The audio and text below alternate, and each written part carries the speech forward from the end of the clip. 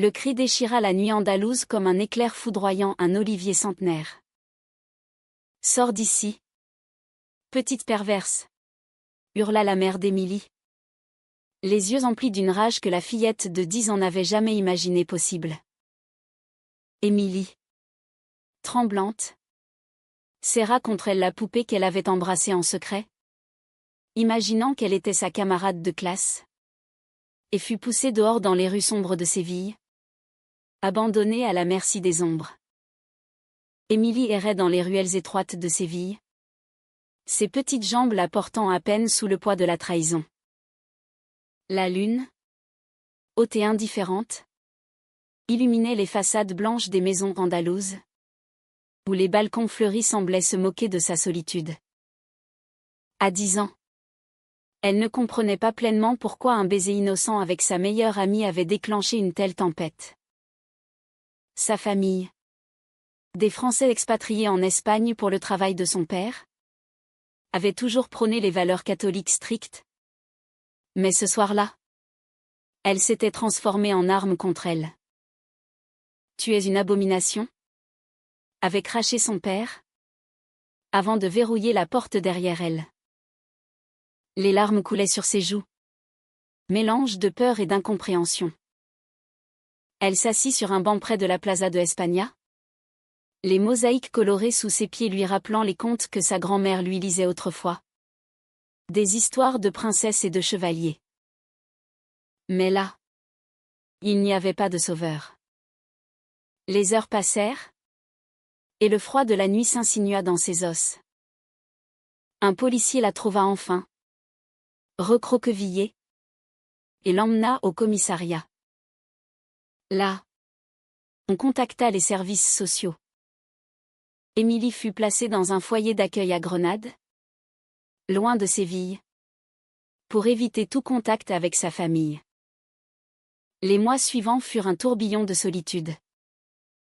À l'école, elle se referma sur elle-même, évitant les regards des autres enfants. Mais c'est là qu'elle rencontra Mathilde, une fillette de 11 ans, aux cheveux noirs bouclés et aux yeux bruns pétillants, venue de France pour des raisons similaires, une famille conservatrice qui l'avait rejetée après avoir découvert ses dessins de filles enlacées. Mathilde, avec son accent parisien doux, devint son ancre. Elle se confiait sous les couvertures la nuit, chuchotant des rêves d'un monde où l'amour n'était pas un crime. Les années s'écoulèrent comme les eaux du Guadalquivir, tumultueuses et imprévisibles. À l'adolescence, Émilie et Mathilde devinrent inséparables. Elles quittèrent le foyer à 16 ans, trouvant refuge dans une petite communauté LGBT à Madrid, où des activistes les aidèrent à s'émanciper. Émilie, avec sa détermination farouche, apprit l'espagnol couramment tout en gardant son français natal comme un trésor secret. Elle excellait en littérature, dévorant les œuvres de Colette et de Simone de Beauvoir, trouvant dans leurs mots une validation de ses sentiments. Mathilde, plus artiste, peignait des toiles vibrantes inspirées des paysages andalous, des flamencos passionnés aux oliviers tordus. Leur amitié se teinta progressivement d'une tendresse plus profonde. Un soir, sous les étoiles de la Sierra Nevada, Mathilde posa sa main sur celle d'Émilie. « Je t'aime. Pas comme une sœur ?» murmura-t-elle. Émilie, le cœur battant, répondit par un baiser, scellant un amour naissant. Mais la vie n'était pas un conte de fées. À 18 ans, elles s'installèrent à Barcelone, où Émilie trouva un emploi dans une librairie gay, et Mathilde dans une galerie d'art. Leur relation fleurit, pleine de rires et de caresses volées dans les ruelles catalanes. Pourtant, les ombres du passé planaient. Émilie recevait parfois des nouvelles de sa famille via des cousins éloignés, sa mère avait sombré dans la dépression, son père dans l'alcool. Elle refusa tout contact, mais une graine de doute s'insinua. Était-elle vraiment une abomination ? Mathilde la rassurait. Avec sa douceur infinie. Lui rappelant que l'amour était pur. Peu importe sa forme. Un jour. Un événement inattendu secoua leur existence. Mathilde fut contactée par une tante française. Qui, apprenant son histoire, offrit de l'aider financièrement. Excitées, elles décidèrent de voyager à Paris pour la rencontrer. Là, dans la ville lumière, elles découvrirent un monde de liberté, les cafés lesbiens de Saint-Germain, les marches des fiertés vibrantes. Mais ce voyage réveilla des démons. Émilie, en visitant le Louvre, se rappela les musées que sa famille adorait. Une crise d'angoisse la submergea. Ils m'ont jeté comme un déchet. Sanglota-t-elle dans les bras de Mathilde. Celle-ci, avec une patience angélique, la berça, promettant un avenir radieux. De retour en Espagne, leur amour s'approfondit. Elles adoptèrent un chat errant, qu'elles nommèrent Luna, symbole de leurs nuits andalouses. Émilie commença à écrire un roman autobiographique, canalisant sa douleur en mots poétiques. Mathilde exposa ses peintures, gagnant une petite renommée. Mais la trahison vint d'où elle ne l'attendait pas. Une amie proche, Sophia, jalouse de leur bonheur, révéla leur adresse à la famille d'Émilie. Un soir, on frappa à la porte. C'était son frère aîné, Pierre, qu'elle n'avait pas vu depuis 15 ans. Émilie. Nous devons parler ? dit-il.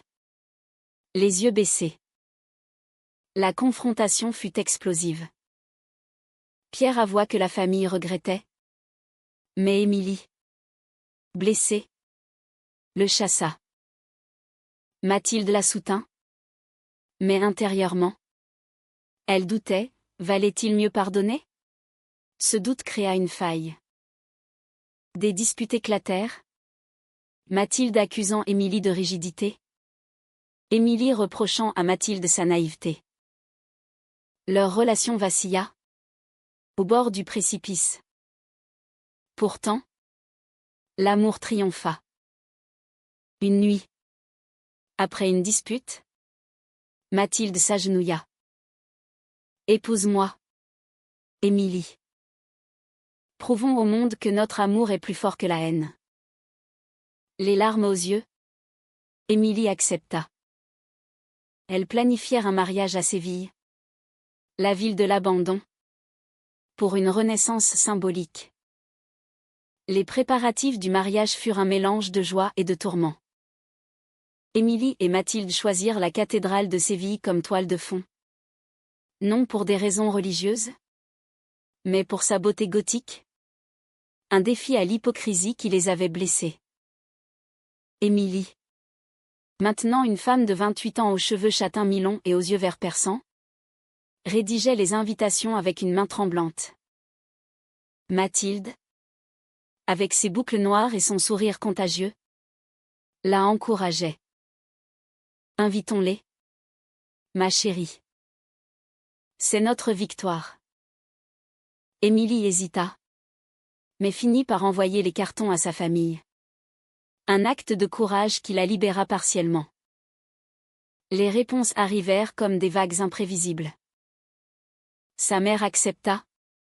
Avec une lettre larmoyante, « Ma fille, je t'ai perdue par ignorance. Pardonne-moi. » Son père refusa. Trop fier. Pierre, le frère, confirma sa présence, accompagné de sa femme. Cette nouvelle raviva les blessures. Émilie passa des nuits blanches, hantée par des cauchemars d'abandon. Mathilde, fidèle, la serrait contre elle, murmurant des mots d'amour en français, leur langue intime. Entre-temps, leur vie quotidienne à Barcelone était un havre. Elle fréquentait les bars lesbiens de l'Exemple, dansant au rythme de la musique électronique, entourée d'amis solidaires. Mais la trahison de Sophia laissait des cicatrices. Émilie, suspicieuse, questionnait les loyautés. Une soir, lors d'une fête, elle surprit Mathilde en conversation animée avec une ex-petite amie. La jalousie explosa. « Tu me trompes » accusa-t-elle. Mathilde, blessée, nia. Mais la dispute escalada. Elles se séparèrent pour la nuit. Émilie errant dans les rues pluvieuses, se rappelant son enfance solitaire. Le lendemain, la réconciliation fut passionnée. Mathilde, les yeux rougis. Avoua, j'ai peur que ton passé nous détruise. Émilie, touchée, promit de guérir. Elles consultèrent une thérapeute, une femme sage d'origine andalouse, qui les guida vers l'acceptation. Les séances révélèrent des profondeurs, Émilie apprit à pardonner. Non pour les autres, mais pour elle-même. Mathilde confia ses propres peurs d'abandon. À mesure que la date approchait, Séville devint le centre de leur univers. Elles louèrent une villa près de l'Alcazar, où les jardins mauresques inspiraient leurs rêves. Émilie écrivit des vœux émouvants, mêlant poésie française et passion espagnole. Mathilde peignit un portrait d'elles deux, symbole de leur union. Mais un coup de théâtre survint, Sophia réapparut, repentante, avec des preuves de manipulation par la famille d'Émilie. Ils m'ont payé pour te surveiller, avoua-t-elle. La révélation fut un choc. Émilie, enragée, confronta Pierre par téléphone. Il admit tout, expliquant que c'était pour la ramener à la raison. Cette trahison raviva le conflit. Mathilde, protectrice, insista pour annuler les invitations. Mais Émilie, dans un sursaut de force, refusa. Non. Nous les affronterons. C'est notre histoire. Leur amour, testé, en sortit renforcé. Elles passèrent des jours à explorer Séville, main dans la main, visitant la Giralda et les plazas animés, se rappelant leur premier baiser. La veille du mariage, une tempête émotionnelle éclata. La mère d'Émilie arriva, frêle et vieillie. Dans un café andalou, elles se parlèrent enfin. J'ai eu tort, ma fille. L'amour est l'amour. Émilie, les larmes coulant, embrassa sa mère. Un pardon fragile naissant. Mathilde observa, fière, son cœur gonflé d'émotion. Le jour J arriva sous un ciel azur. Émilie, en robe blanche fluide, et Mathilde, en tailleur crème, se tenaient devant l'hôtel improvisé dans un jardin luxuriant. Les invités, un mélange d'amis LGBT et de familles réticentes, observaient. Pierre, mal à l'aise, s'assit au fond. La cérémonie, officiée par une amie, fut un hymne à l'amour résili. Mais le climax vint pendant les vœux. Émilie, voix tremblante, s'adressa à tous, j'ai été abandonnée pour qui j'étais. Aujourd'hui, je vous invite à célébrer qui je suis devenue. Des applaudissements éclatèrent, même de Pierre. Mathilde, émue, jura fidélité éternelle. Leur baiser scella non seulement leur union, mais une guérison collective. La réception fut joyeuse, avec du flamenco et du vin espagnol. Émilie dansa avec sa mère, Un moment de rédemption. Mathilde, radieuse, chuchota, nous avons gagné. Pourtant, le père absent hantait Émilie. Plus tard, une lettre arriva, je suis fière de toi. Même si je ne peux l'admettre. Un pas timide vers la paix. Les mois suivant le mariage furent une lune de miel prolongée. Émilie et Mathilde voyagèrent en Andalousie. De Cordoue à Malaga. Explorant les mosquées et les plages. Leur amour épanoui sous le soleil méditerranéen. Émilie, maintenant auteure publiée, terminait son roman. Inspiré de leur histoire. Mathilde vendait ses toiles à des galeries européennes. Leur duo créatif attirant l'attention. Mais les échos du passé persistaient. Pierre, regrettant, envoya des cadeaux, tentant une réconciliation. Émilie, prudente, accepta un appel. Je veux connaître mes nièces, dit-elle. Une visite fut planifiée. Un pont fragile sur l'abîme. Mathilde, toujours l'optimiste, encourageait.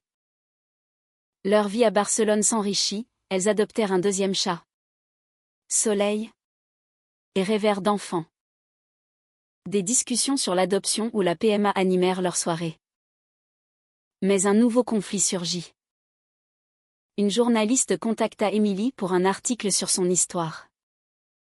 Excitées, elles acceptèrent.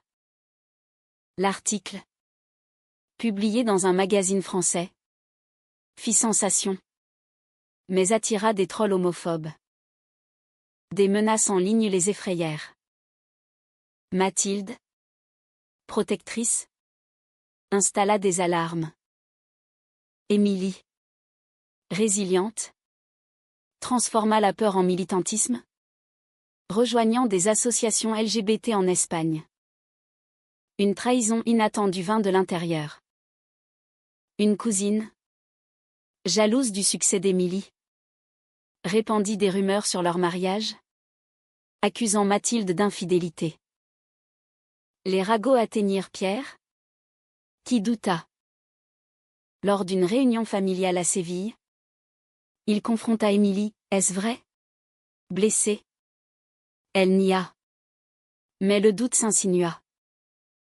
Mathilde, outragée, quitta la table. La dispute escalada. Émilie accusant sa famille de sabotage perpétuel. Seule chez elle, elles affrontèrent la crise. Crois-tu ces mensonges? Pleura Mathilde. Émilie, honteuse, avoua ses peurs. Une nuit de confession suivit, renforçant leurs liens. Elles décidèrent de couper les ponts toxiques, se concentrant sur leur bulle.